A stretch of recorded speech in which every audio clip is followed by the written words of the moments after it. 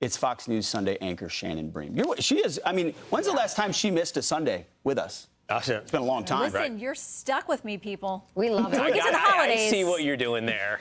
I like it. There's a lot of news going on. It's hard for us to sneak away. It's true. It's true. What is your biggest, you're in the middle of this. We're 48 hours away from a big political moment. What's your top line thought? Well, listen, with those poll numbers you talked about, gosh, there's so much at stake in this debate. And what if this is the only time these two actually go head to head? Fascinating to me that they've never met. I mean, imagine meeting someone for the first time on the stage when you're like, and now I'm going to try to rip your head off because I should be the next president. I mean, there's so much at stake here.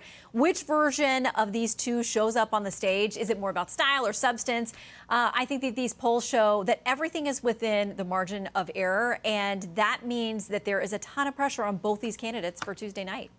What do you think about Kamala Harris? There's this topic that people are talking about. The New York Times is warning her as she takes the stage. It's not just against Donald Trump. It's also against the legacy of Joe Biden. Carlos Lozada writing in the New York Times, Harris will have to face off against President Biden, his record, the shifting public approval rating, and their intertwined legacies from now until Election Day. Her supporters are eager to watch her prosecute the case against Trump.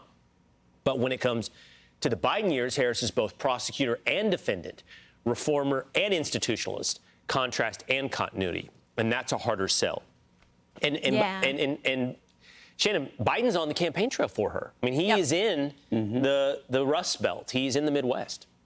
It's really tricky because we all know the polling that's gone on consistently for the past year has been that people don't feel good about the economy and they blame this administration for where they're at. So how does she, as she tried to do in the CNN interview, she did talk about, like, look at all the good things we've done. How do you take ownership of that, but then say, but I've got a different way forward, which is kind of the theme, the future, turning the page, I've got the new way forward. Is that an acknowledgement that some of the things from this administration have not worked?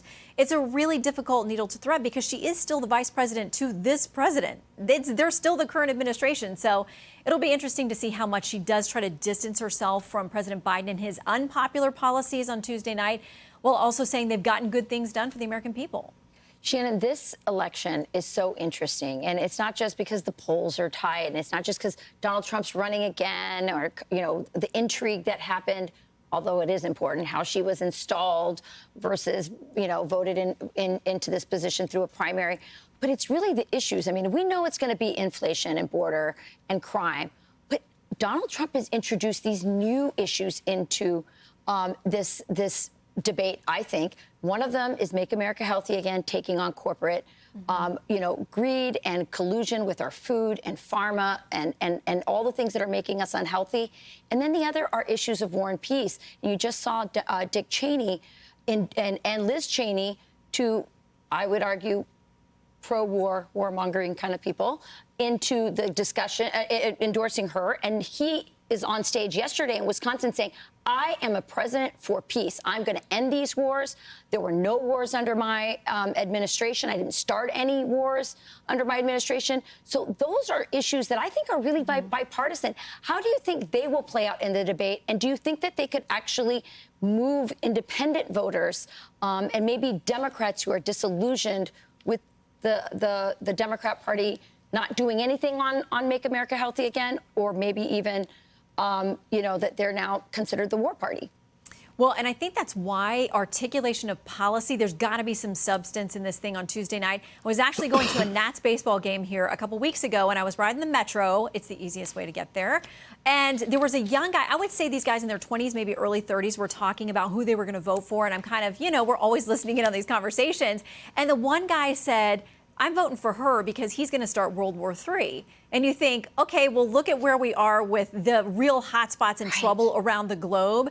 So if there's that perception that Donald Trump is the one who's going to start World War III, and you hear him in all his stump speeches, the former president saying, I'm going to prevent World War III, that shows one of those things, like there's room for him to actually try to articulate and make the case, because clearly among at least this, anecdotal incident I had with these young guys, they think he's actually the more volatile. And I think, that's probably true of his personality. But for them, that interpreted into the fact that they think he's going to be the one to make the world less stable.